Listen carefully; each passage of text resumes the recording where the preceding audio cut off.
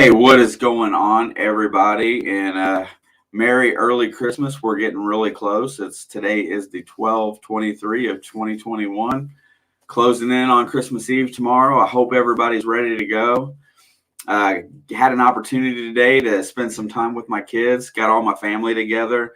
We did a little bit of Christmas here because everybody works such weird schedules, and we got out and we got to go have some dinner and spend some time together, which it doesn't normally happen.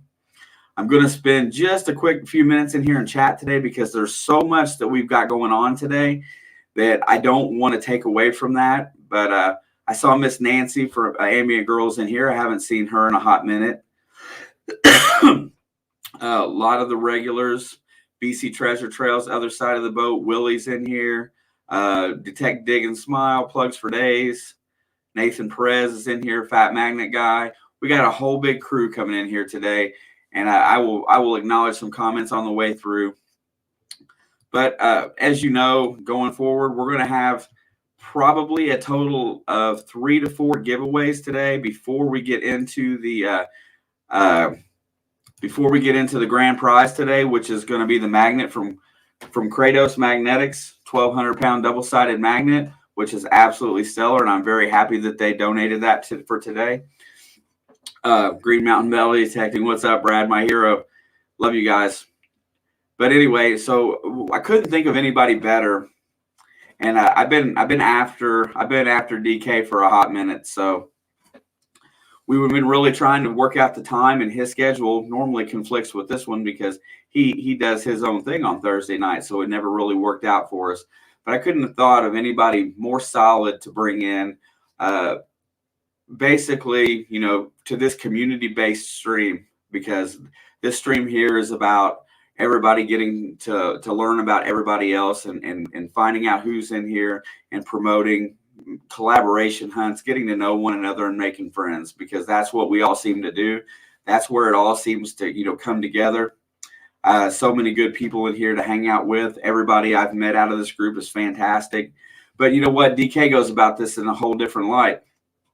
He's very much a community guy. And you know what? And to actually take the time every week and go through people's videos and watch their excitement and then edit and promote a video every single Sunday that shows everything that we've ever found that's great. Honestly, there's no better promotion of the community than that, because he's giving his 9,000 plus subscribers an opportunity to see each and every one of us. The time that he came and picked out one of my clips was probably one of my worst editing jobs ever. And he put my clip on and I was like, oh man, that's no good at all. But anyway, without further ado, we're going to get through some of the comments in here in a little bit. If you have a question, please load it up. If I don't see it, send it up again. But I'd like to welcome Mr. DK from Adventures in Dirt. Hey, man. How you doing, Shane? I'm doing well, my friend. Nice of you to come on and do this for me. I know that we've had some real challenges in finding time to get you in here. But what better time than on giveaway night, man? Yeah. Sorry about that. Just my Thursdays are pretty packed up, and we've been talking about maybe even recording it and just broadcasting it. And I think I told you, I really wouldn't want to do that. Like, the live stream is where it's at, right? It's the whole live interaction thing that really is the gist and kind of the great part of these live streams, right? I would kind of hate to record it and put it on and kind of have this stale, you know what I mean? Because it's a lot less back and forth there. You ask me a question, I answer it. You know what I mean? So I'm so glad we could do this tonight. I had a Relics Radio podcast scheduled for tonight, and we had to actually open for Delic with Nokta Macro metal detectors. But she wanted to push it a little further until they're shipping to the United States, and then she'll come on. So it kind of opened up tonight, so I'm glad I could join you. No, yeah, absolutely. I saw her last deal over, she seemed a little bit irritated. Probably wasn't a real good time for her to go on. Wait until they get them things shipped out. And I gotta say, Nokta Macro has I really love the equipment. This will be my third pre-order that's coming in that I've had of theirs, and most of their stuff comes out pretty ready to go. You just got to learn how to use it. It's pretty good equipment, though. Yeah, it is, absolutely. And I think they did such a good job with the Simplex that a lot of people are waiting to see how this one's going to perform, and they talked a good game and they brought it with the simplex, and so I can only imagine they're going to do the same thing with the legend. They got a lot riding on it, you know what I mean? So you don't come out and call it the legend and start talking about all the stuff it could do, and then come out with a duck, because this community will let you know.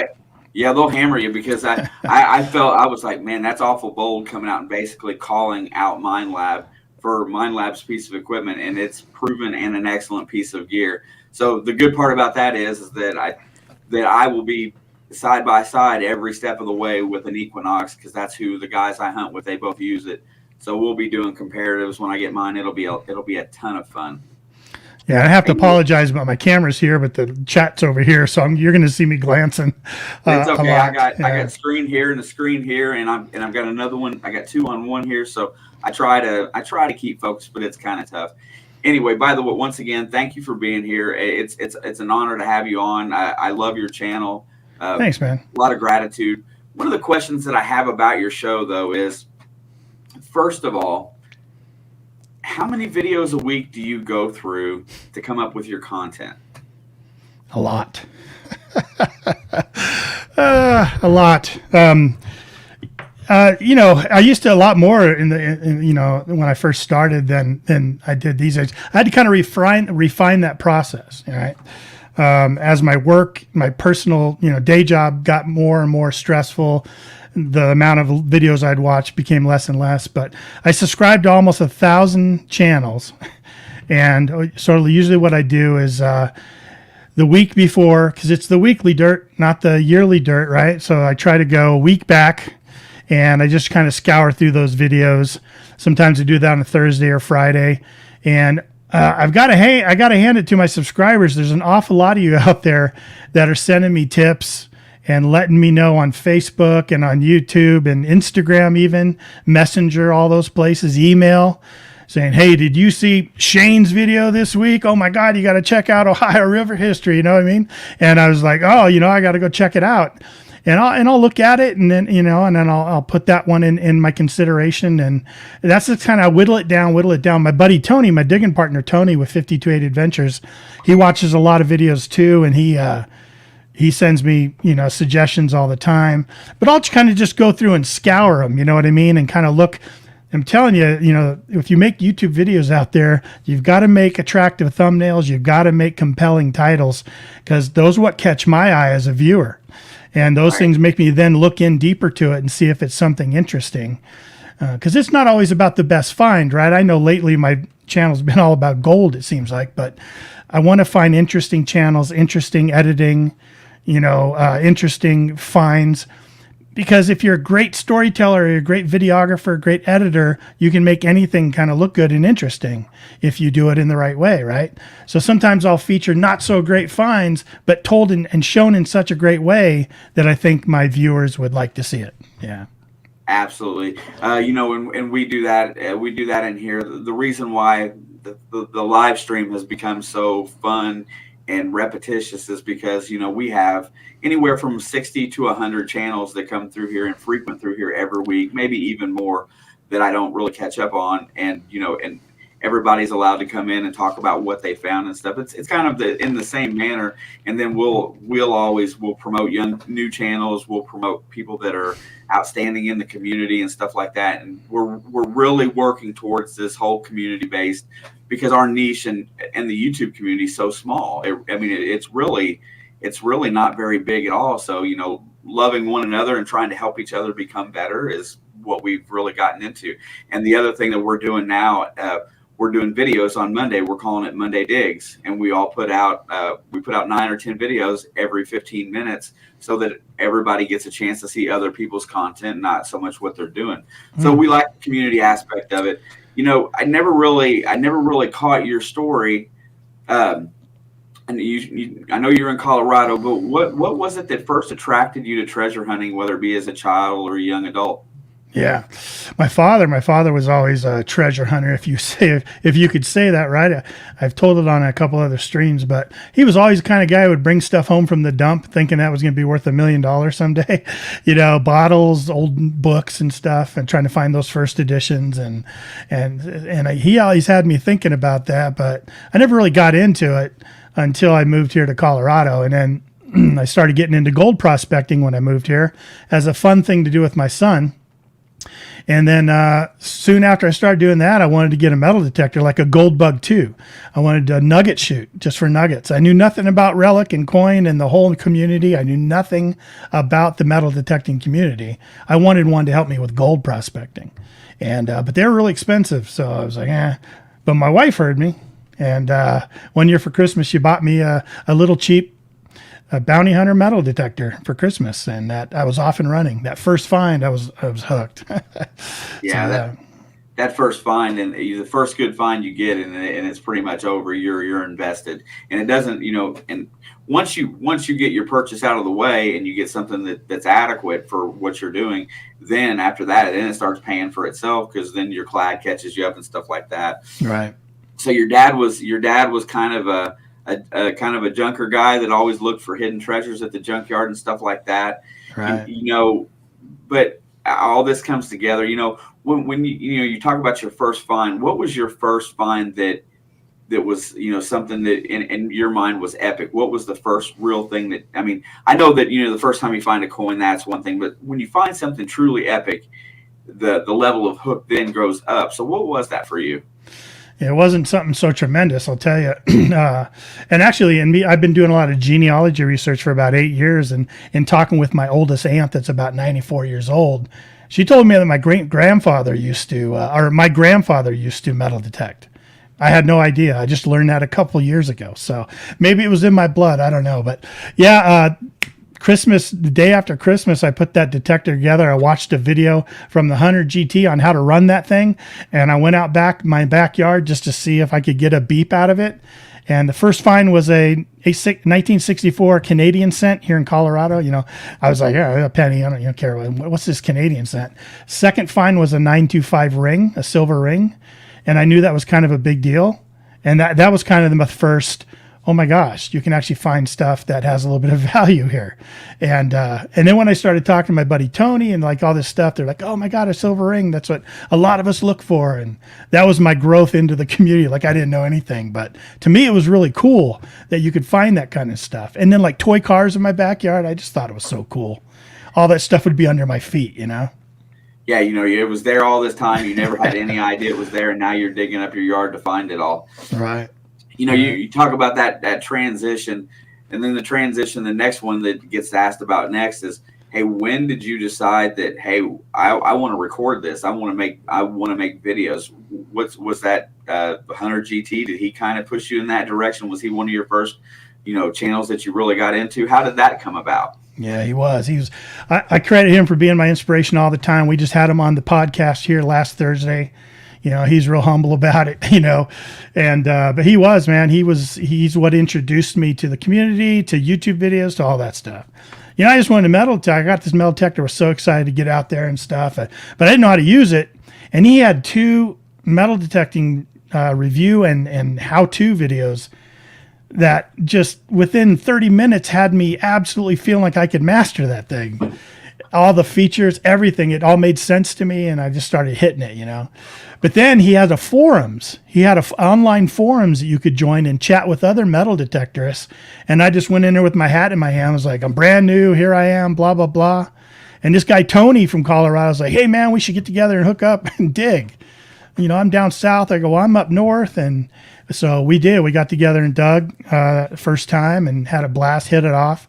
And we're digging today, we're digging partners today. But yeah, watching all the rest of his videos and stuff. And then, the recommended, the next one comes up, Green Mountain metal detecting, and my eyes really opened. I was just like, oh my gosh, like that's what it could be. Wow.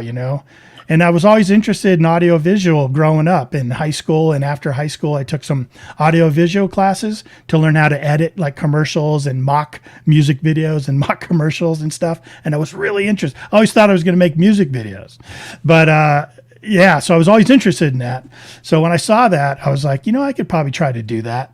So I did. I started it. My buddy Tony started it, and that kicked us off. Yeah. Yeah.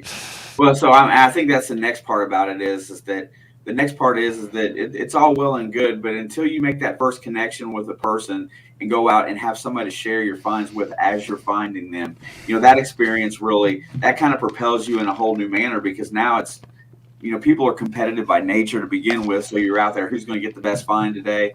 But you've got somebody to share it with, because, like my family, they don't quite understand, or they don't really, I don't want to say don't care, but that's, they're not into what I do.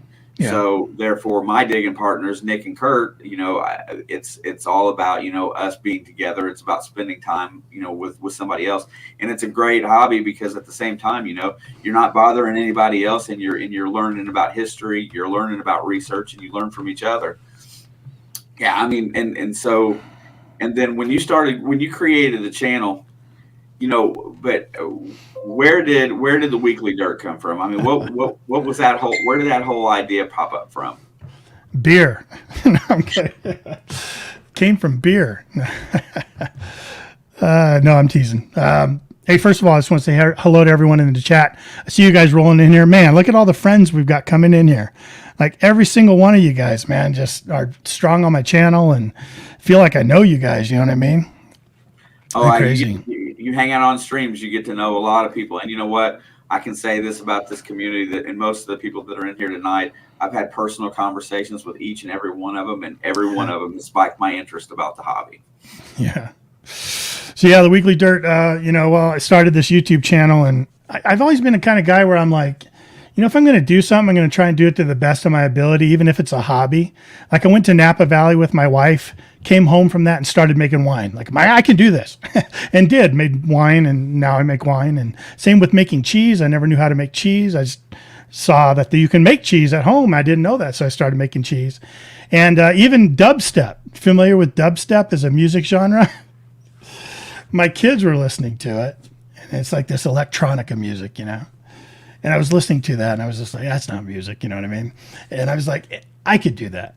And they're like, no way, Dad. So I did. I put a bunch of dubstep music together, edited it all together just in my free time, put it up on SoundCloud, and rose to number 2 in Denver for about a week and a half. And I just told them, I go, don't ever tell me I can't do anything. I can do it, And that's all I ever did. Now they just let it go. But the Weekly Dirt was something that came out of my association with Brian G. Johnson, who's one of these YouTube gurus, right? I started kind of following him and listening to a lot of his advice and his best practices.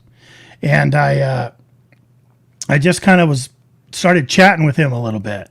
I said, no, I'm in this, community. It's like, I don't know if I'm going to be able to, grow a channel by just showing my finds here in Colorado. We don't have too much old history here. I just don't think that's, the greatest thing I could do. And I was just talking to him about it. He just said, is there a community around it? And I said, yeah. He said, you need to service that community. Become a service to that community. Think what you could do that would help service that community, And I said, phew, really? He said, yeah, don't do things that you want to do that's for your own pleasure as much, rather than service a community. And so, okay, well, let me think about that. And so I just mulled some things over, and I came up with this idea of the Weekly Dirt, of featuring everyone else and trying to help promote other channels, and kind of becoming almost like a news channel of the metal detecting community, because I knew the community was there. And I just didn't know how I could do that, or what the legalities of that would be. So I put one together, actually, without asking anybody. And then I went and I reached out to each one I featured before I published it, and said, here's my idea. And it was all the big boys, right? It was all Aquachigger, Hoover Boys, Brad, I think, everybody, Stealth Diggers. And I said, here's what I want to do. Would you give me permission? And each of them told me yes. And then I pressed publish on that first one. And then once I had that first one, I could send that to somebody else and say, here's what I just did. Here's what I'm going to do. Will you give me permission to use your content? And then I just started growing this list of permissions, and it just started the ball rolling. Then I had to get the audio better and the video better, and improve with experience, so. Yeah, well, absolutely. I mean, that's kind of, we just wanted to figure out a way to do something and not only help ourselves, but help everybody else. And that's where we ended up. And I always looked at yours as, you know, what a community service that you do. And that's one of the reasons why I hunted you down on Facebook and followed you on Facebook and, you know, and always, and then the one day when I saw my crappily edited video about when I was hunting at this old schoolyard that day, and I pulled out, you know, a couple nice, you know, decent relics and finds, and I saw that and I was like, why did he have to pick that one? Why did it have to be that video? Because my camera was dirty, the editing was god awful, and we were out there slopping in the dirt. You know, it was muddy that day, and it was just everything did not work out. And I was like, and then I wanted to say that so many people from your community that I had never met came over and commented on that video and started sending me, you know, and they were like, hey, you did this, and this, and DK put you on his show, and if you haven't seen it, go look at it. And I was like, oh man, great, I made it. And then I went over there and I was like, oh my God, of everything that he could have picked, that was my worst one. But you know, it was such a good feeling to know that somebody had actually recognized something you did and put it out there and you know, glorified it in an aspect. And well, Shane, I'm telling you, man, that's metal detecting, right? That's our hobby. I know people get, you know, a little jaded with my channel lately because I've been featuring all these. There's been some pretty amazing finds, you know. Yeah. Between Jimmy Crossbones and all those guys finding sort of, you know, silver gold, Spanish gold on the beach and all that stuff. So I know people are like, Ken's the featuring gold channel. And it's like, well, it does get a lot of views and there are some spectacular finds, but I love featuring channels like yours and videos and clips like yours because that's metal detecting. And almost every, you know, usually I feature 4 or 5 clips during the show. I don't want to make it too long, but I always try to throw 1 or 2 in there that kind of bring it back down to earth. You're like, yeah, you can find all these amazing things that make you shake and cry, but you can also spend your day in the mud, not finding much, but trying your best and doing your best and striving to, you know, find the goods. And I will always honor that. You know what I mean? Because when I go out personally, that's what's happening with me. You know what I mean? Yeah, absolutely. And, you know, and it comes through. And so then you get up to where we kind of get up here going forward right now. And then the next thing on my list is that what really inspired me to try to get you in here was because my next thought was, hey, there's this guy that spends all his time, you know, promoting everybody else and putting all these people on this video. And then all of a sudden, this man here pulls out a find of a lifetime himself. And so I wanted you to get the opportunity to come in here and talk about your gold coin a little bit. Yeah, thanks. What do you guys think out there in the chat? Like, can you even imagine? Like, I know a lot of you have. There's a good number of you that have, but I never thought I'd ever find one here in northern Colorado or anywhere in Colorado. You know, I know we had soldiers here. Like that's our top of our list to find here are, you know, items tied to cavalry units and the soldiers that were making their way through here on the way to other places. You know what I mean? And I'll tell you what, to find a gold coin, I don't know what to say. It blew my mind. I have it right here in front of me. Of course, it hasn't left my side. I kind of sleep with it at night. But it was pretty amazing to find. For those of you who haven't seen it, I posted it everywhere. You should have saw it. See if this will focus. Oh my gosh, it's so tiny. It's so little. It's the smallest minted U.S. coin ever. Let me turn it over to show you the date. Absolutely crazy. Yep. All right, there we go. There we go. Is it focusing yet? Let me see. Kind of. It's going to be real difficult to get it any good on there. Yeah, let me just try to turn it like this. Usually this thing. There we go. There we go. Come on now. Oh, it came in and went. There it is. That's better. 1851 $1 gold piece. And like I said, when it came up, it blew me away. Like I was shaking, didn't want to touch it. I was afraid to touch. I just, you know, wanted everyone to confirm that's what I was looking at. Even though I knew that's what I was looking at, it just was so like seeing a ghost, you know, it was just crazy. But so I'll never forget it. What's that? What detector were you using on that? it's such a fluke, man. It was, you believe in fate. I believe in fate. And it was just crazy because like I shouldn't have been out that day at all. But we had Zach with Down South Detecting, or Great Outdoors Detecting now, come to town, wanted to go out digging with us. So we took him and took him on one of our properties. And then, I was tired. I was exhausted. I'd already detected 3 days, so I was exhausted. I was swinging my T2 all day, my Technics T2 all day. Love that machine. Know it like the back of my hand. So that's my machine. Just finding good stuff, finding great stuff. We found a bunch of cool stuff. And then it was like the last hour of the day, And I was like, do I go sit down and kind of wimp out? But I had a nokta macro simplex in the back of my car that I just haven't put the time on, right? I just didn't know it. And I just like, God, I got to give that thing some love. I got to start using that thing and get to know that thing better. I took it to England 2 years ago, but didn't really use it that much. And so I just need to put some. So I just pulled out the simplex and started swinging around. I didn't know what the tones telling me. I didn't even know what the modes I should be in. I was in field, and I was like, I don't even know. I don't even know what this is. So I was digging anything that repeated. I was digging, so I would know. I would say, okay, that's what that is. Okay, that's got it. And it was the second or third target that repeated on me, and I went down, couldn't find it. Kept running my coil over it. It's dead center. Pinpointer not picking it up. Pinpointer's not picking it up. Widen the hole. Wind down. Pinpointer's not picking it up. Still over the center of the hole. Got down about 6 inches. Finally got a beep in the sidewall. Hand digger in. Popped the dirt. Fell right in the center of the hole. And I saw it was yellow. I knew it was small. And I just knew I just knew what it was. So I picked it up and then dropped it next to the hole and backed up and started cursing and yelling and screaming, probably more than I should have. But they all ran over, brought their cameras, so it's on camera. At least my reaction. It's not on camera me digging out of the hole, but it's on camera with me backing away and them looking at it, and then they're all freaking out and stuff. So yeah, it's about as exciting as you can get, man. I tell you.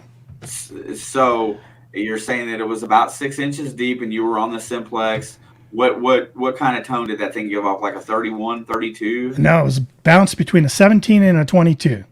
Oh, I was gonna say it was that low. It was so small. Yeah, it was so small. That's like foil, right? Like junk foil.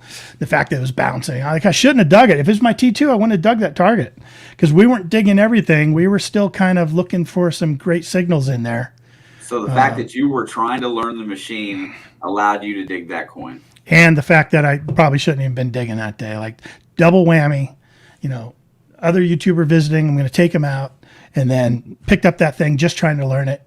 What a fluke, right? What a complete thing. I mean, and the fact that all of us, man, Zach, Beth, Tony, myself, even our digging partner, Cindy, we had all scoured this area. We've been over it a bazillion times. We're just hitting this area hard because we're finding cool things. Beth found 2 1840 tin back Navy buttons in Colorado, like that day, earlier than the gold coin, like before the gold coin. And we were all just losing our minds over that. And believe me, excellent finds for Colorado. Amazing. What are they doing here? And yeah, and then that came up and we all just looked at each other. And I just had to sit down. I was done for the day. And Zach goes, you mind if we swing over the area? Like, we don't want to intrude. We don't want to bottom feed off you. And I was like, are you kidding me? Hit it with everything you guys got. And he ran over it on top. It was hitting about 11 to 12 on their Nox 600s. They both have Nox 600s. And it was about a 12 or a 13. And I started going back to the car to try to text my wife and everyone else. And he's like, oh, a 12. I got a 12. So I came running back over. I took his camera from him, and it was a little pistol ball, a round pistol ball. And that happened 5 more times where I gave him back his camera, started to walk away. I got a 13. It's solid. Came back over. So obviously we'd been skipping those signals, Right. We've now destroyed that place. So for the rest of the day, every time somebody heard something down in that tone range, they thought they had a gold coin. Every time. Every time. I can sit here. I can see myself doing the exact same thing. I would have been digging every low to mid tone that I could find. Every time. Yeah. And we've been back there now also, just listening for those similar targets also. But it was insane, man. Insane. So that find was in my lifetime. actually was that your first time with the Simplex or not? No, I took it to England in 2019. I went to England, and I took it because the T2 is not waterproof. So I took it in case it rained on us, and it did. It rained, hail, snow, you name it. We went in February, and so I took it and would pull it out, and again would just dig kind of any solid target, but I didn't really learn it too much. I was just like, okay, as soon as the rain stopped, I grabbed my T2 again, that kind of thing. But I found some things with it there. I just wasn't paying attention to really learn it. My mind wasn't in learning this machine. My mind was in finding some old stuff and just digging anything that repeated, because there's not a lot of trash there in England. So if you get any target that repeats, even if it's iron, you want to go check it out. It could be a Palstive axe head or something like that, or Bronze Age. This or that. So, yeah, I didn't really learn it still, and then put it away for 2 years. Absolutely brilliant story on that coin, and you know that's on everybody's bucket list. I'm so happy that you found one. Me too, Fred. Thanks. Congratulations. But really fast here, just so everybody knows, here's the other part of the day today. So today I'm gonna try to conclude my 12 days of Christmas giveaways really fast.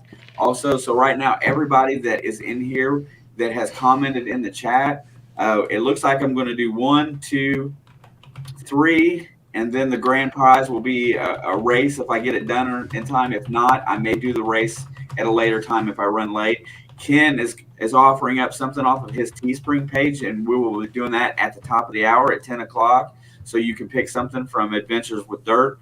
You can pick something off of his webpage at 10 o'clock at the top of the hour. But right now, it's already time to do the first drawing of the day, and I already have 71 entries. If anybody, thank you, Jeff, Christmas Fund, appreciate that, my friend. Great job, Jeff. Yeah, man. If anybody hasn't commented yet that's in the chat, all you have to do is leave one little comment down here in the stream, and that will get you entered. I'm getting ready to bring the share screen up so I can give away. The first gift today is going to be a random Amazon gift card. The $5 one's gone. So it's going to be between $10 and $25. So make sure you leave a comment in here in the next 30 seconds to a minute, because I'm getting ready to draw it as soon as I get my share screen up. But other than that, so do you get to dig every weekend? Yeah, no, man, I sure wish I wish I did. Yeah, I try to make every other weekend if possible. Even that hasn't been happening over the past few months. We bought a new house, you know what I mean? So we moved in, and it just has been a ton of stuff to kind of get going. And new city, kind of we live in. I've been exploring that and working a ton. So every other week is what I shoot for. Sometimes it goes further than that. So. Yeah, I usually do pretty good about getting out every week when the temperature's right. But we're in the same process. We're getting ready to close on a house. We're getting ready to move. Ground's getting cold. Everybody's been sick, fighting, not wanting to make other people ill. So we've been fighting that a little bit. Yeah. But everybody that's in here, hopefully you've commented thus far, because here it is. I've seen so many people that I haven't seen in a while, and I would love to have conversations with. I will save that for the next time. But thank you guys all for being here tonight, supporting Ken, coming in here for this special night on our stream. The only rule that I got is that I know you're all subscribed, must be present to win. So if you win, if your name draws up, just drop a comment in the live chat here. Let me see that you're still here. I'll post my email address. You send me an email, and this one here will be instantaneous. You'll have it before Christmas. And here we go. First drawing of the day. Dun, dun, dun. Come on, hit it. And it's going to be Mayor Videos. Ding, Marlon ding, ding, gets ding, Amazon ding, gift ding. card today. Marlon, tell me you didn't leave. Tell me you didn't just stop by and then take off on me. Mayor Videos, Marlon, Sunday morning at 11:30. Creator meet and greet. Marlon, are you still in the house? You get a minute here. Yeah. What's up, Sonia? Good to see you. Man, there's so many people. I wish I could say hello to all you guys. It's terrible. You know what? If I take the time and go through all the chat before I get started with my guests or with my content for the day, It takes me almost a half an hour. Wow. And I just didn't feel like I had that time today. Yeah, there's Marlon. He's there. I see him. All right, Marlon's still here. Well, I got all your information, my friend. I will send to your email an Amazon gift card. Does that work okay with me sending it to Canada? I wonder, or will it take? I guess it'll work itself out, won't it?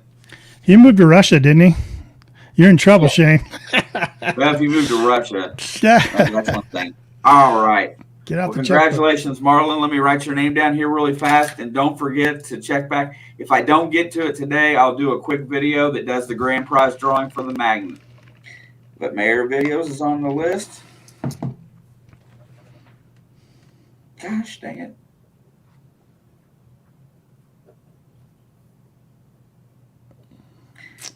How come my pen doesn't want to write when I want it to? All right. Let's drop this back off here really fast. Yeah, so I mean, that's got to be, and as far as Colorado hunting goes, that's got to be almost I mean, I don't even think you probably expected to find that coin there.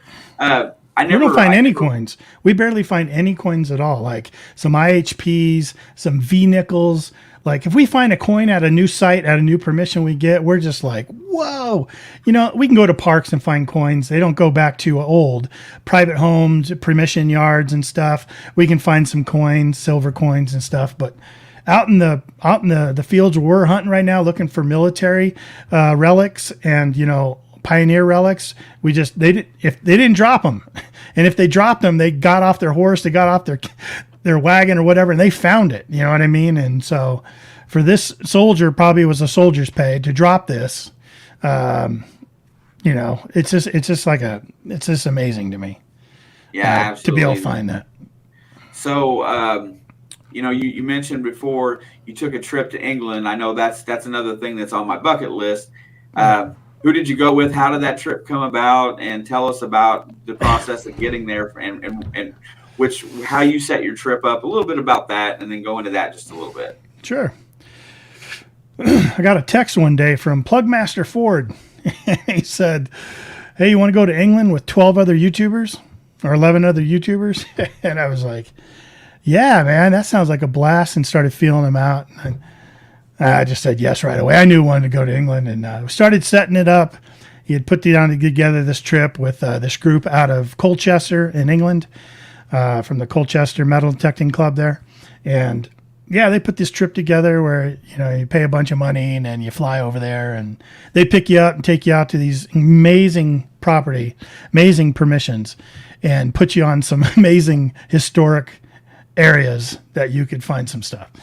And so we did. There was 12 of us. We were calling ourselves the Dirty Dozen because, you know, all 12 of us were YouTubers. You know, there was Nugget Noggin there, Plugmaster Ford, Missouri Mike, Relic Rangers out of Washington. There was Can You Dig It out of Ohio, right, Seth? There was Kevin there with Potter County Diggers. That's an in-joke. Potter County Diggers. Who am I forgetting, Kevin, if you're in the chat still? Preacher Digger was with us. Just a bunch of people, and some guys from Germany. And we all got together, went over there, met up in London, and stayed at a hotel. A bunch of them went mudlarking that first night. They had permits for that. And then I have some friends there. I have a lot of friends in England, and went to go stay and spend the evening with one of my friends that I haven't seen forever. And got back at the hotel, had some beers, went to bed, got up the next morning, and they took us to this farm that they've converted these sort of barns into nice livable quarters. And then it was pick us up in the morning at the hotel, take us to the farm, drop off our stuff, claim our bed, grab our detector, and go hit the fields. And that didn't stop until the day we left on the plane. Up in the morning, just before dark, make a quick sandwich for lunch, just a sandwich, and grab anything you want for breakfast if you want, coffee, whatever. Hit the vans, get out in the field all day long. Come back, go have some dinner. You're exhausted, you crash out because you're just going. Because any target, right, Shane, any beep could be something 2,000-3,000 years old. Just amazing. And it was amazing. We found so many cool things. Our group, and plus we all had that in common, right? We're all YouTube guys and trying to do that craziness. And so we got a lot of chance to talk about all that stuff, at dinner and stuff. So it was great. We had a great time. Yes. So, you go out there, did you make any finds that you could not bring home with you, that you had to leave and wait for them to okay it to come home? Or was it, was there any of those? Yeah. So the way it worked was everyone left everything there, no matter what. The buttons, the lead, the shrapnel from the anti-aircraft guns, from everything was left there. And they kind of go through it and make sure everything is done the way it should be done over there. I mean, we did find some incredible pieces of gold. We walked away with 9 pieces of gold out of those fields. Some old Celtic staters.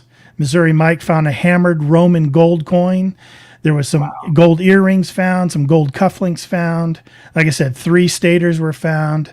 Just some amazing pieces of gold, plus a lot of hammereds and a lot of Roman coins and just tons of buttons. Just some great stuff. But everything was left there.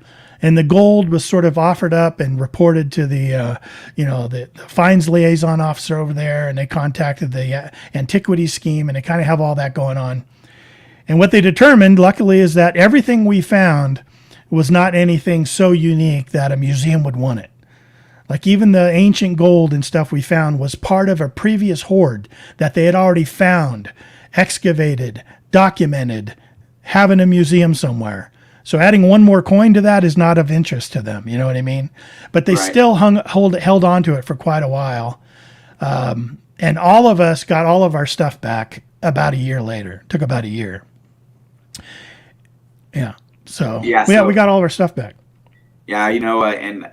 And how much, and there was the other thing, because I had Tim, the Illinois digger, in here, and we were talking about his finds over there. And how much did you have to pay the landowner, or was there anything involved with that? Because I know you have to pay restitution to the person that owns the property when you get something. How much did those fines cost you guys?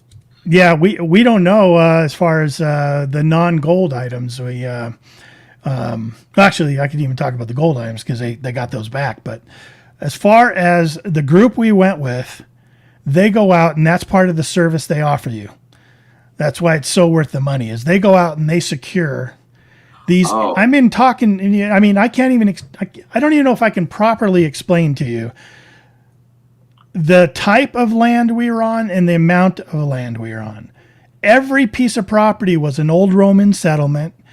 Every piece of property had an old pub on it, an old, or like a store, an old merchant shop or something. Like it was incredible, and we didn't just have one field. Like one day we went out, day one we went out, and he said, you have this 300-acre field, the one behind it, the one in front of it, 2 over here and 2 behind it, and then up 3 more, you have 4 more up there. I mean, it was that kind of craziness.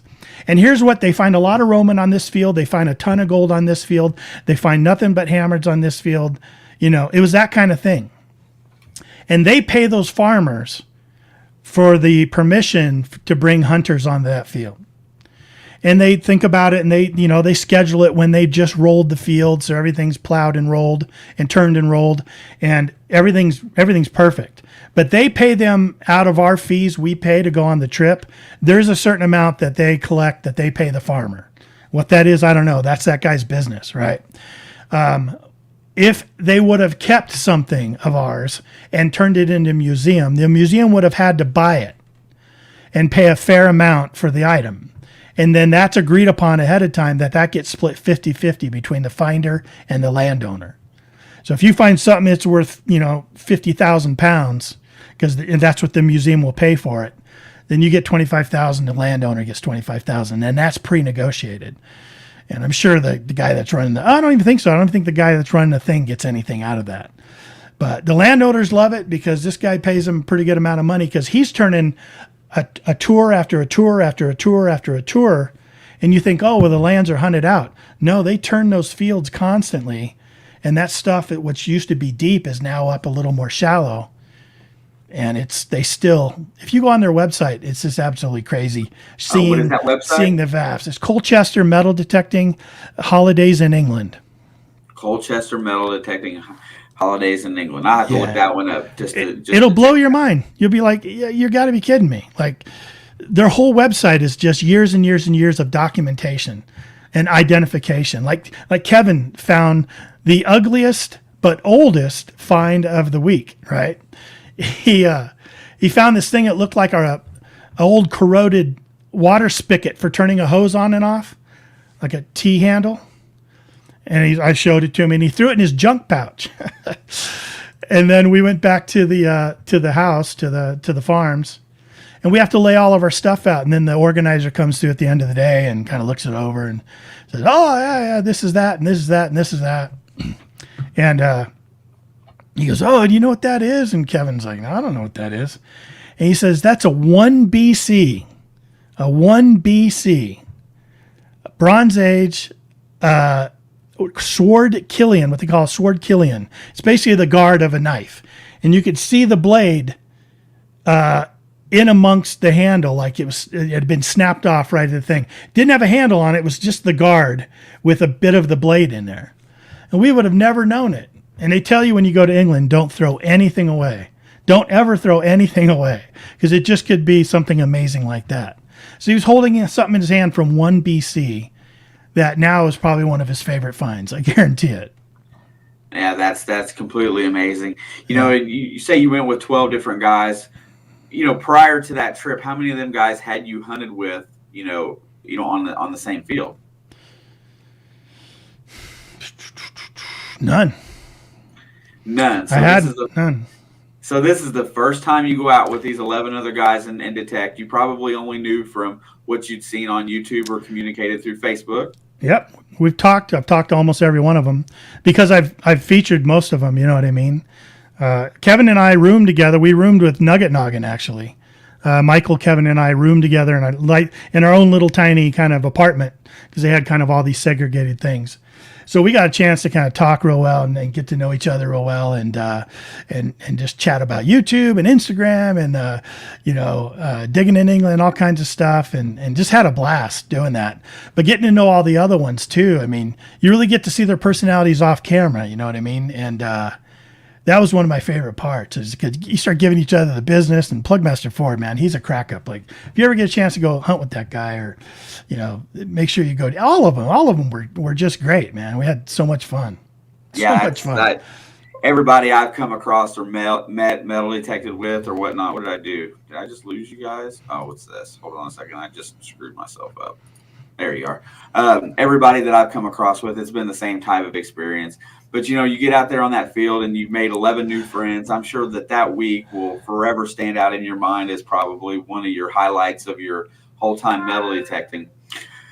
The time goes by so absolutely fast. It's already time to do another giveaway. Today, this one here is the last of the Amazon gift cards. I realized that I only had 2 left for today. I'm going to get it brought up really quick, and we will do this one right now. Just keeps breaking up the monotony, giving away money and stuff. Yeah, let's give it all away. Good luck, everyone. Wish you all luck. This one here has the potential to be $20 or $25, I think. Share screen. Let's do this again. Give you an opportunity to say, hey, here we go. All righty. Marlon's still up there from his win. Don't forget, my only rule is you must be present to win, and leave a chat after we draw your name. Here we go. 82 entries in the drawing this time. Here it goes. Who's it going to be?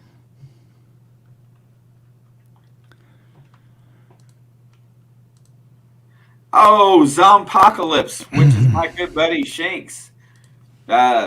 This is a dude that we met over on our sports channel. He is absolutely he's the luckiest guy I know because he's already won a gift card on our other channel. Really? Jinx, are you still in here, bro? Leave me a comment. You got 2 minutes. Yeah, he's a creative guy. He's a writer. He's writing a podcast for his. There he is, right there. He's writing a creative podcast about a zombie apocalypse. Dude is absolutely an outstanding guy. Shanks, I got your email. I will send that to you.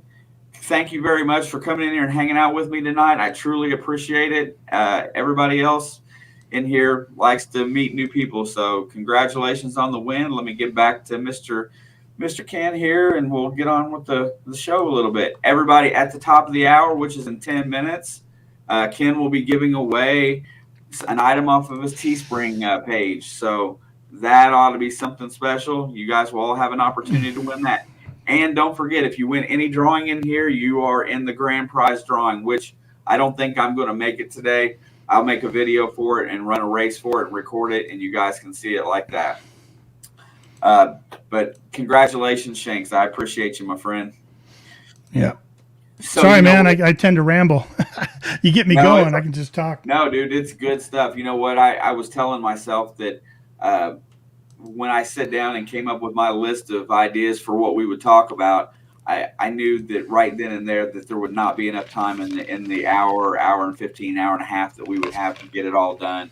But I didn't want to pass up the opportunity for sure. So one of these days, you'll have to come back and we'll have to do it again. Sound good. Yep. Sounds good. There's my buddy right there, Mr. Tim, the Illinois digger. What's up, Tim? He's the one that's got me fired up about England. So yeah, it's a blast, man. You get spoiled. It's a blast. You get spoiled though. You know what I mean? Like we had such crappy weather too, and we just trudged through it. Like you have 10 pounds of mud on each boot, and you're just pushing and swinging, and you just don't want to give up. And then the rain starts coming in sideways, and it turns to sleet, and you're just not going anywhere. You're just staying out in it because any swing, man, anything, any second could be this amazing thing. And you talk about, matter of inches, right? Detecting sometimes is a matter of inches and angles, right? It's always based on that because your buddy can come right behind you and find something that you just walked over all the time. And Seth with Can You Dig It found a gold stater, a 2,000-year-old Celtic gold coin, and about 3 inches of dirt. And he was so excited, and I was right next to him, so I was so excited. And then we took lunch.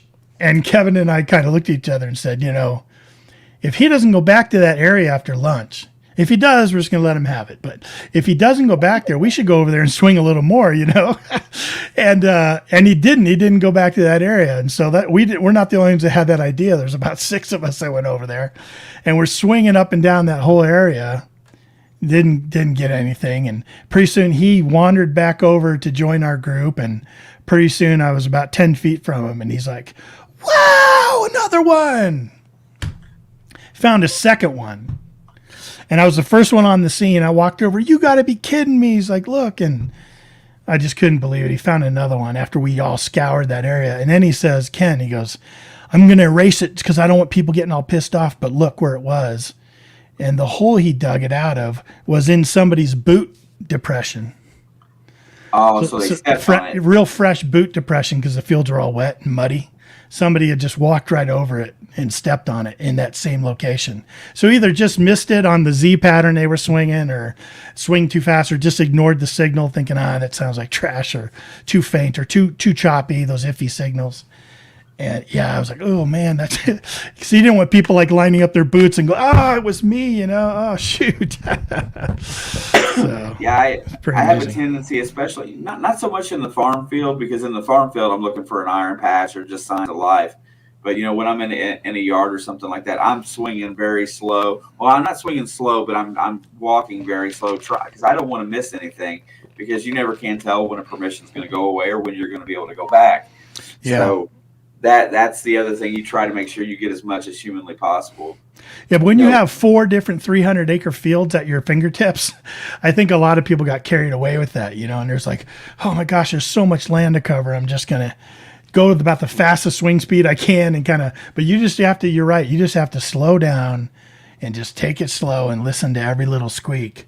And, but, a lot of us, it was our first time there, so we were overwhelmed by the amount of field we had open to us, Crazy. Yeah, and having so many fields to hunt from, I guess one more question before I go into my next little line about that is that when you got over there and you realized where you were at, did you try to look up, did you try to do research on the fields that you were going to hunt on? Did you get your phones or your laptops out and try to find an old map for the area to give you some idea where you thought you might want to be at most? Or did you just rely on their information that they gave you and go out and swing? Yeah, we did it ahead of time. So we were part of that forums group. They have a nice forums there at that website I was telling you about for the Colchester Club. And once you not anybody can join the forums. You have to have been a member that has gone on one of those trips. And what they do is they kind of give you a handle to use in the forums. And it's usually the state you're from and your first name. So I'm Colorado Ken on there,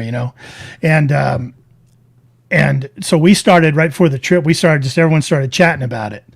And they're great. They're gracious. They're like, well, here's the fields we're going to have open to us. They started sending us maps. They started sending us their own research that they've done on it. And then we did our own. Matter of fact, they were really excited because we had a brand new field that the club had never hunted on before. And they sent us a map of it. And it had the location of the field used to have what they call a Roman tumulus on it, which is a Roman burial mound located in this field. And you look at this old map and it says tumulus and kind of shows this location with footpaths on each side of it, kind of running up around it and back down. Now they've excavated this place and kind of done their archaeological dig of this Roman tumulus, but they kind of left the mound there and it's kind of still marked, even on much later maps. Because this whole area used to be this huge Roman settlement, right? And so we were like, oh my gosh, man. So me and Kevin, when we hit that field, we went straight there, and I had overlaid the footpaths on all this stuff. And to be honest with you, we didn't find really too much there. Preacher Digger came along and found some cool stuff over by the river, and but not near the tumulus. But we were all super excited, like that's the kind of stuff we were. But we had overlaid a lot of stuff. They'd given us a lot of stuff because they want you to find stuff. Think about it. If you find stuff and they take pictures of it and they put it on their website, which they have tens of thousands of items on there, that'll just blow you away. So much stuff in the British Museum from that site. Then future people wanting to go on trips are going to see that and go, whoa, And I'm telling you, it's expensive, but it's 100% worth it. And if you can save up for it and do it sometime, I highly recommend it. How long were you there? What was the length of your trip? And if you don't mind me asking, what was the overall cost of that trip? Yeah, we were there for 7 days, 7 full days. My gosh, we were so tired. 7 full days, and it cost me just about $3,000 from Colorado. That's not bad at all. I don't think that's bad at all. $3,000. I mean, I can spend that in a weekend if if I get on a bad trip or something, going to the casino or something. Yeah, and we paid on it. You know what I mean? We paid on it leading up to the trip. Like there was a deposit you had to pay, and then you had to have the balance within so many days from the trip, and then you got your airfare going, and you know what I mean? So it really wasn't bad. It really wasn't too bad because you were planning on it and you were kind of, paying on it as you went along. No, for a metal detectorist, that's kind of like the holy grail of places to go hunt, right? I mean, you've got the possibility of everything in there. You can't even name all the possibilities in a couple minutes. I mean, it's absolutely, where everybody wants to hunt. So to get that opportunity is got to be a blast. We could probably go on about that forever. I just posted the link to that website in the chat. So if anybody wants to check it out later, you can go over and check that out. Yeah. Yeah, I had somebody post it a little bit ago. Oh, did it? Okay. You posted it again. No, sorry about that. Yeah, good. No, it's so good because I already lost it. We covered England. It's almost time to do your giveaway here in just a second, but I'll give you a little time to think about this one, and we'll do your giveaway first. Okay. We've covered England. We've covered the 1851 gold dollar piece that shouldn't have been there. After that, give me I want you to think about this. Tell me, I want you to come up with where your favorite continental hunt that you've went on outside of Colorado. What was your best time out hunting and where you went and what you did? I'm going to set the drawing up and we'll talk about that here in a second. Everybody make sure you chatted. Ken, let's get your share screen up here. We'll do the drawing first and then we'll set the share screen. How's that? Sounds good. Yeah. All right, get this thing ready to go. Yeah, so that's I think it's kind of easy. I think I have it down. Pound the Ground 2019 was a lot of fun for me. Again, it was not one of those social events I went to, and it was if those of you that remember that 2019 Pound the Ground, leading up to it, there was a frenzy. There was a frenzy of, wow, we're going to bring all these YouTubers in. Like all these YouTubers said they were going. It was like this first time that a lot of us were going to converge and get a chance to socialize, and it was just, you've seen the ones that have happened since this year and stuff, but boy, that first one was just a frenzy leading up to it. And the fact that they were going to, be hunting wild fields in some old 1812 Revolutionary War land was pretty cool because you had opportunities then. And there was an old town site there, and we had done a lot of research before we went to that. And I went with Jeff Lubert. He's with American Digger Magazine's Relic Roundup, and also was part of my board members, a fellow board member at the Eureka Treasure Hunters Club here in Denver. We traveled together and had a great time. But I ended up walking away from that finding this little tiny U.S. militia War of 1812 cuff button, pewter cuff button. It just says U.S. on it. And I pulled it and I didn't know what it was. And Kurt with Hoover Boys was right there. And I was like, hey, Kurt, do you know what does this go to? And he's like, I don't know. We don't find revolutionary stuff either, And he's like, it could be a bazinga. It could be, something. So they had the Historic Society there. And I walked over to one of them and they're like, oh, you know what that is? And I was like, yeah, And so to me, that's definitely really high up on my can't believe I found a War of 1812 U.S. cuff button, Yeah, that's absolutely cool. I couldn't imagine that's a little older than any, military history I've ever found. So that would make me pretty happy for a long time. Yeah. All right, we're going to draw this out and then, same rules. Make sure you leave a chat. Then Ken is going to share out his, at least his, how to get to his Teespring page. You can please still go ahead and contact me or him so that he can get it figured out for you. How's that going to work, by the way, for them to pick out? Are they going to pick out something? Are you going to pick a winner first, and I'm going to show them what their options are? Got you, bro. Here we go. Then I'll post the link and then tell them how they can get a hold of me. There you go. Here we go. Drawing it out. Good luck, everybody. Good luck. Merry Christmas. Merry Christmas.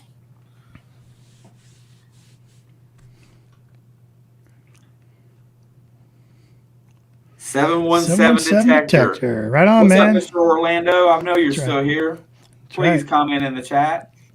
You just commented crazy just before that. So comment one more time there. Oh, yeah. Come on, Orlando. I know you're still here, bro. Yeah.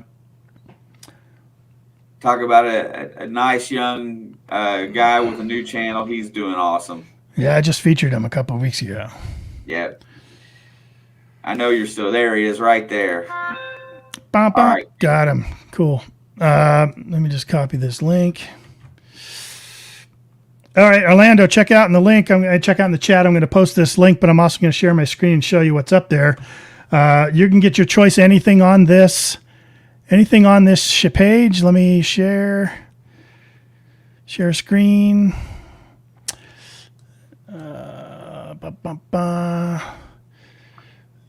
Good. Let me see. There we go. All right, Orlando, check this out. So you can go to that link, right, which is adventuresindirtcreatorspring.com. Just follow that link. You can find a link to it on my website, adventuresindirt.com. And you can kind of go through here and check these things out, right? You got T-shirts and hoodies and all kinds of different, just roll over it and it shows you what's on the back. It shows you just different sayings and different things I've put on the back and on the front. But you can choose anything on here, and if you click it, it'll tell you what colors are available. You can have it in any of these colors. So do me a favor, just tell me what item you want, tell me what color you want, tell me what size you want, and then get a hold of me, right? You've gotten a hold of me before. I featured you on my channel. I think we've chatted. So you can find me on Facebook Messenger. You can message me through my YouTube channel, or dk@adventuresindirt.com is my email address. Just let me know what you want, bud, and we'll get it to you. Merry Christmas. Merry Christmas to you. Right on. And also, don't forget, you are that does still qualify you for the grand prize drawing in here. So you will be eligible for that as well, Orlando. And thank every one of you all that's been participating. We got one more drawing today, which will be right at 10:15. It's for a brand new nokta pinpointer. It's this one right here. That's a great pinpointer. It is a great pinpointer, and I'd be glad to give that one away. On here, it's got the little clip for your belt, and the holster is really nice. It's absolutely a nice one, and we'll draw that at 10:15. And then after that, I think what I'm going to do is, because I know I'm going to be out of time for the day and I can't run too late tonight, what I'll do at that point is I will go ahead and I will make the race for all the people that qualified. I'll make the race and put out a video and give you a couple days to get a hold of me, and so that I can get you out your grand prize. Hope everybody's okay with that. It'll be easier on me that way. Yeah, I hear you, Tom. Good luck. You're here. That's what counts. That's right. So you went to this event. You found this cuff button out there. Just talk about some of the experiences with some of the people that you had met for the first time during that hunt, and you know how it went for you, who you met, who you were impressed by, that kind of thing. Yeah. You know, it's crazy. We do these YouTube stuff, right? And people watch it and people comment. You get to know these people. You get to know other YouTubers, especially me with my channel, right? With the Weekly Dirt every Sunday, 3 p.m. Mountain. There's a shameless plug.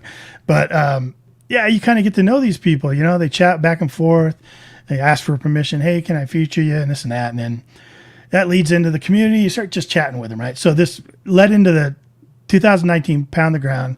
We were going there. They had this thing called a social gathering, a social meet and greet, right? And Jeff, my buddy, and I, we were going to go head to that thing. And cause there was a bunch of people I wanted to get a chance to shake their hand in person and meet. You know, we'd only chatted on the internet and stuff. And we got there and they were already turning people away. It was packed, like they didn't plan very well as far as the type of facility to use. The VFW hall or whatever it was, the people that ran it were just completely overwhelmed and they were freaking out. And Jeff and I kind of pushed past them a little bit with our vehicle and found this back way to kind of go into this industrial area and park by all these big rigs. And then we just walked across this huge dark field to come into the backside of the social event, the meet and greet. And man, it was just, you opened the door and it was just like a room full of friends, you know what I mean? And it was just, everyone was like, hey, oh my gosh, hey, you know, and that was at the meet and greet. And it was like, oh my gosh. And seeing everybody and seeing people I knew that I have met, like Gypsy and all these people. And then people I hadn't met, you know, like Hoover Boys. I'd never met any of those guys. And we just had a blast, man. Everyone's taking pictures. Everyone's just chatting. And, you know, you're getting to see how tall people actually are, like quarter hoarder. I was like, man, had no idea you were this tall. You know, Plugmaster Ford used to be a basketball player, huge, tall guy. And you just don't get that sense, you know, when you're on the video. So it was a lot of fun, man. It was great fun. And then, and Jocelyn, man, Relic Recovers, you kidding? I started watching her channel real early, along with the Hunter GT. I was watching Jocelyn's channel and stuff, and really kind of got a soft spot in my heart for her because she put up with a lot of stuff. You know, she's put up with a lot of stuff out there over the years, and she's persisted through it. And, you know, she's crushed it. She's really went off and kind of, she doesn't really do much metal detecting anymore, but she's doing her, you know, thrifting and stuff and her antiquing and just crushing it, you know. So I got to see her there, and like her and I had talked before that way, and she's like, let's make sure we get together. And we got a great chance to just do a ton of talking and really created a nice bond with her there, and just a lot of cool things like that. And that was at the meet and greet. And then the hotels at night, right? There's like, it wasn't too far between all the hotels. So we went out to dinner, went to Texas Roadhouse. You know, Kevin with Potter County Diggers started hanging out with us. Matt with Gone Digging, Charlie Harley, like all these guys. We just started hanging out. And then, of course, we got a chance to dig with some of them, and before and after the digs. And yeah, it was a blast, man. It was an absolute blast. You know, yeah, more social than anything, but I actually pulled something, got to walk away with something cool. So that even was the cherry on the top. You know, and that's the thing is that I that's what I've noticed, because that was one of my goals this year, was to meet as many people and go out to other places and dig and have people down. And, you know, I've met so many people this year, and I've had great experiences. I've treasured each and every one, and everybody feels like they feel like family the second that you hook up. The second you shake hands and get past it, you feel like you've known them forever. You know, the other thing I was gonna bring up, and this is the funny part of this whole thing, is that I do this sometimes. A lot of people in this hobby are very, I don't want to say necessarily introverted, but they're more loner types for the most part, but always seem to be really good people and stuff like that. Did putting yourself in front of the camera, did that change your social outlook? Did that change the way you approach the crowd? Did that ever, benefit you in your personal life, just by doing the stuff that you do in front of a camera? Yeah, it did. What it did is it made me think beyond myself and think about the viewer. You know what I mean? Because YouTube doesn't promote your videos. YouTube finds viewers that they put your videos in front of. So they take the viewing history from the viewer and kind of say, you might like this because you like this, and your friends that you're sub to or your channels you sub to might like this and might like this. And so I was like, okay, I gotta think beyond myself. So I gotta learn how to kind of talk to the camera, talk to the viewer, not as a group, but as an individual, and learn how to speak on my feet, because I don't script anything. I have bullet points of who I'm featuring that day, and just kind of thinking about what I'd like to say about the video that I watched and this and that.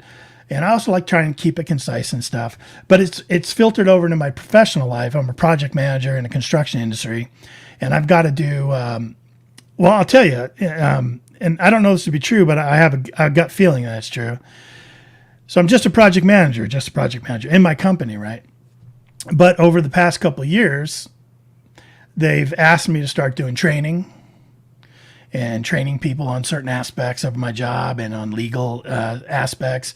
We've had a couple of lawsuits at my company, so they've put me in with the attorneys. So I've been deposed. They put me under deposition, and I was able to perform with that, and did very strong with that, where you're being grilled by this other attorney. And I credit a lot of that to the abilities I've learned just from trying to put myself in front of camera. Because even though I talk a lot and I'm pretty animated, you do have to be calm and calculating on kind of what you want to say. Now, if I showed you my blooper reel, you probably wouldn't think so, right? Because I'm like, today on the weekly, and then, everyone here that makes YouTube videos knows what I'm talking about. But I think it did have a positive effect on my personal life, and it's helped me in certain aspects of that. I wholeheartedly agree.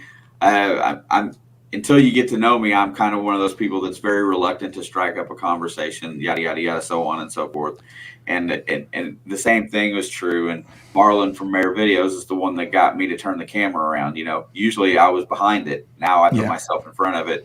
And I tell you, it's changed my whole outlook on everything. So I think I like to ask that, because that's one of those things that it seems like it's one of the benefits of kind of doing what we do. Right. And I think that it was probably one of the reasons, too, why Loy with Digging with Seven reached out to me to ask me to come be his co-host at the at his podcast, right? Relics Radio. Right. When his co-host, Jeff, Tennessee Jeff, wanted to take a break, he needed somebody to kind of step in. And he said, Ken, I like the way you speak. I like the kind of your voice. I like, I think you have it together. Seems like you can think on your feet. And he invited me to be a co-host to see what I would think of it and see how I'd like it.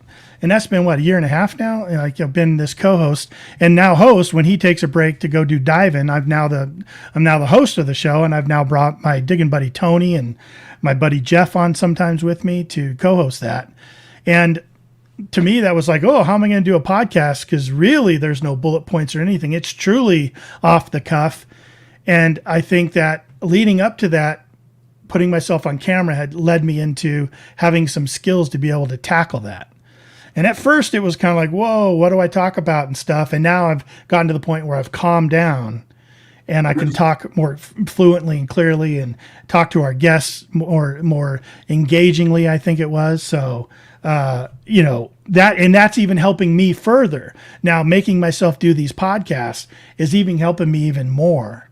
And when I do training, when I have to testify and stuff like that. So, that it's a small world that you mentioned. I'm a property operations manager at a casino, and usually if somebody slips and falls or has an accident on site, then I'm always getting deposed by, attorneys. It happens 3, 4, 5, 6 times a year. And there's nothing I hate more than an attorney that's trying to weasel money out of my company. And they really test your patience and your composure. And that's, I really, but I just take a lot of that in stride now because, you come in here, you think on the fly, you speak on the fly, you try to work your, you don't want to sound dumb, for lack of a better terms. You don't want to misspeak a lot. And it's really, and I go through the same thing, and I've had to deal with that quite a lot. So that's really, it hits close to home when you say stuff like that, because it sounds like my story for, some of the stuff as well. Yeah. All right, everybody, it's 10:15.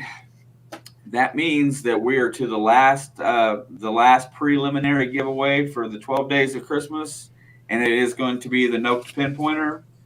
Excellent tool. It comes in its own holster with a clip for your belt.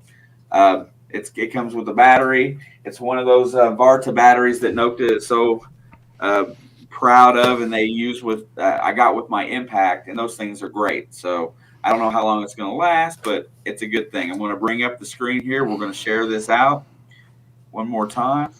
And heavy recommendation from me on that pinpointer too. That was one of the first I bought the macro pointer, which is one of the first pinpointers I bought. Absolutely love it. All right, let's get it in here. Share that screen. Shows that 717 is the last one that is up.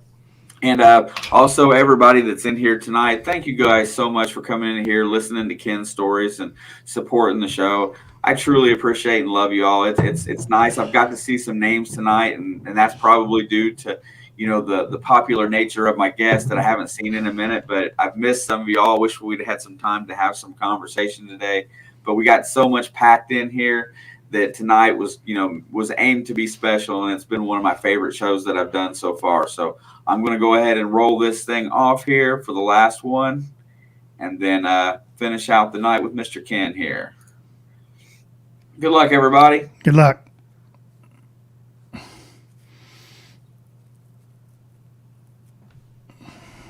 Mike, Metal Detecting North Carolina. What's up, Mike? Congratulations, my brother. You still in here? Throw down a message if you're in here. Come on, Mr. Mike. Be here.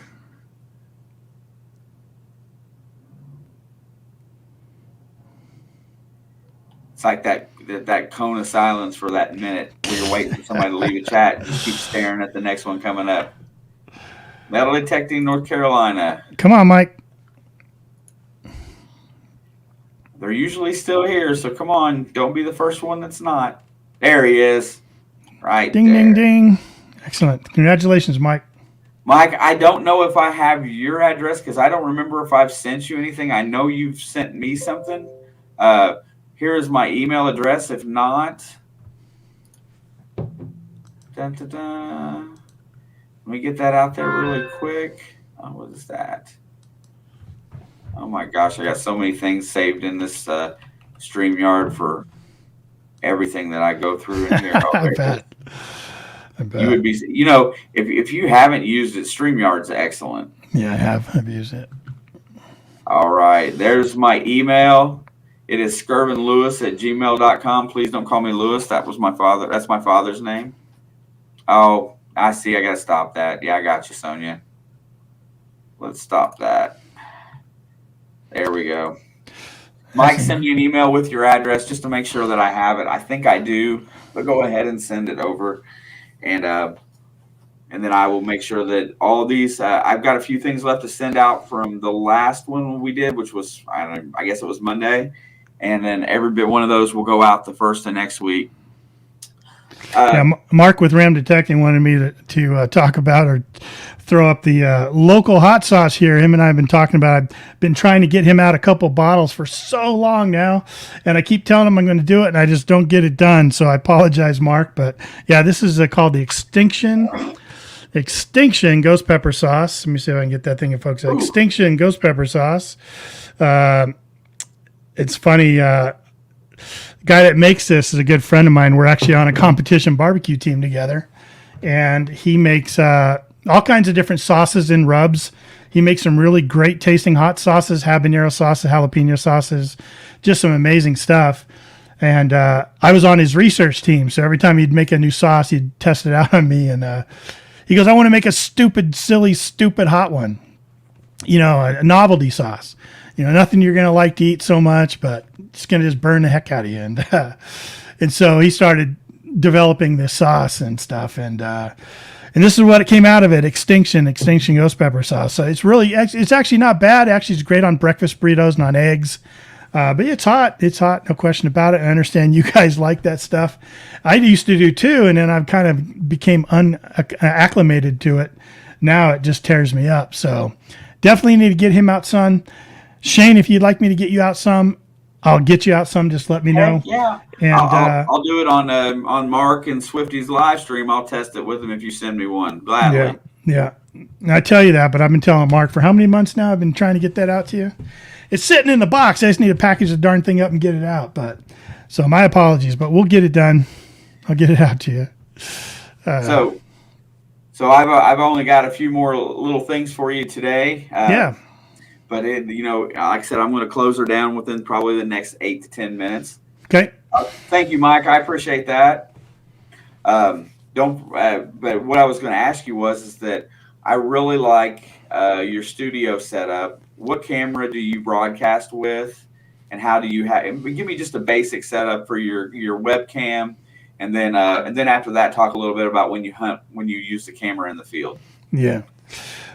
So for my weekly dirt and for this webcam right here, I use a Canon M50, a Canon EOS M50. It's a mirrorless camera. I just got the standard kit lens on it right now. And I've got it kind of on a tripod sitting up on top of my monitor, just kind of balancing there. My GorillaPod sitting there shooting me. But usually I put it up that way and put it in the corner and shoot back towards my monitors. And I have lights set up, all kinds of, I guess, too many lights. And that's how I usually do my weekly dirt setup. I do this for the live streams. And then when I'm in the field, I use I'll take this with me. I also have a Samsung S21 phone that my wife bought me specifically just for filming stuff in the field.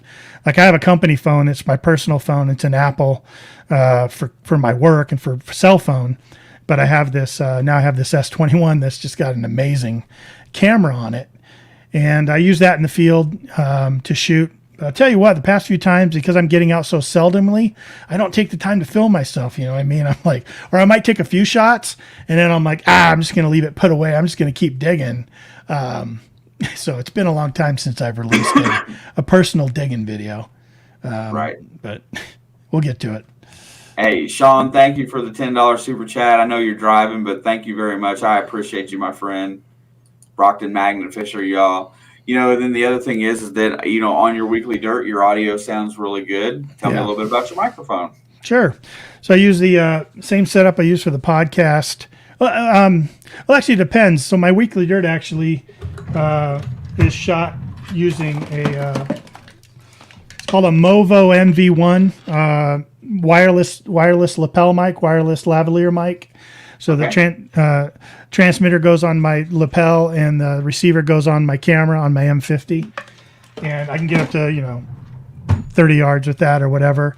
And I haven't tested it out yet in the field. I definitely want to do that. I want to be able to set up some stationary shots and be able to have real close audio no matter how far away I'm going. It actually helps protect the wind that way.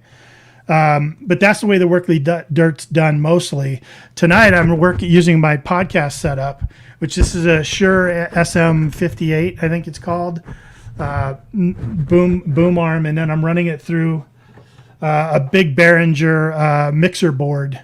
I was going to say, I thought so. Yeah, that I use for the podcast, and it just handles the audio real well. I can adjust the different aspects of the sound if I want to, and yeah, I like it. It's good. I used to do my shows this way, and then I got that wireless mic, and I thought I'm going to start doing that, and it's been turning out okay. No, absolutely. Because I love my metal detecting, and I love getting better in the field with that. But I love to see what other people that do streams or whatnot, how they set up their studios. And yours looks very professional when you do your show on Sunday. Thanks, man. Appreciate that. It's never a problem. Everybody today, make sure that you get over to Adventures in Dirt It is in dirt, right? I think I got that Adventures right. in Dirt. Yep. Yeah, Adventures in the Dirt. I was sitting there. I questioned myself with or in. I couldn't remember for sure. But anyway, Ken is one of the guys that loves and promotes our community as best he can on every single week, and he puts out a great show. It's awesome content. It's one of the most exhilarating things in the world to be chosen to be on that show. It felt really awesome, when it was on there, and it was.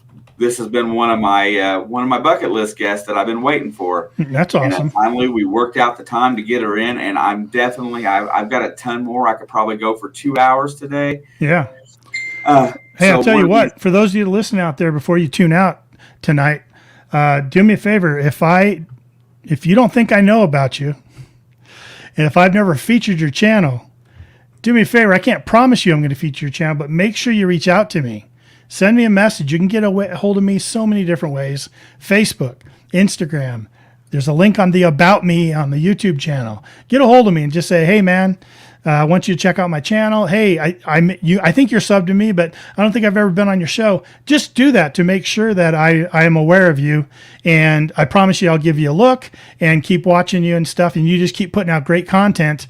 And I'm sure I'll get around to you at one point. So yeah, we're back to that thing again. Another stellar member of the community that promotes the community. There's nothing I like more than to share out that kind of information, especially with the people that are in here every week. Ken has a great show. If you haven't watched it, please get over there and sub and give some of his videos a watch. Great finds this year, Ken. Awesome stories tonight. I can't thank you enough for taking the time to do this. I hope we can find the time again. Maybe not on a Thursday. Maybe we'll do a special sometime that works really well for you. But I want to say thank you to you and everybody in the chat tonight as we get ready to close this thing down. Got any final words for the chat? Yeah. Hey, thanks, Shane, I'm glad we were able to get together. I'm glad we were able to finally do this. It was a lot of fun. Thank you all. Tons of you showed up tonight in the chat. I want to thank you. Sorry I couldn't read all the stuff. I'll go back and watch it again. And this time I'll pay attention to the chat. And I've seen some really cool things coming in. People, some real nice, kind words. Thank you very much. And let me just say, Merry Christmas to you and your family. Absolutely appreciate your support and hope you guys are safe and have an enjoyable holiday season. Happy New Year to everybody. Shane, thanks, man. You're welcome, brother. Call it a day. All right, buddy.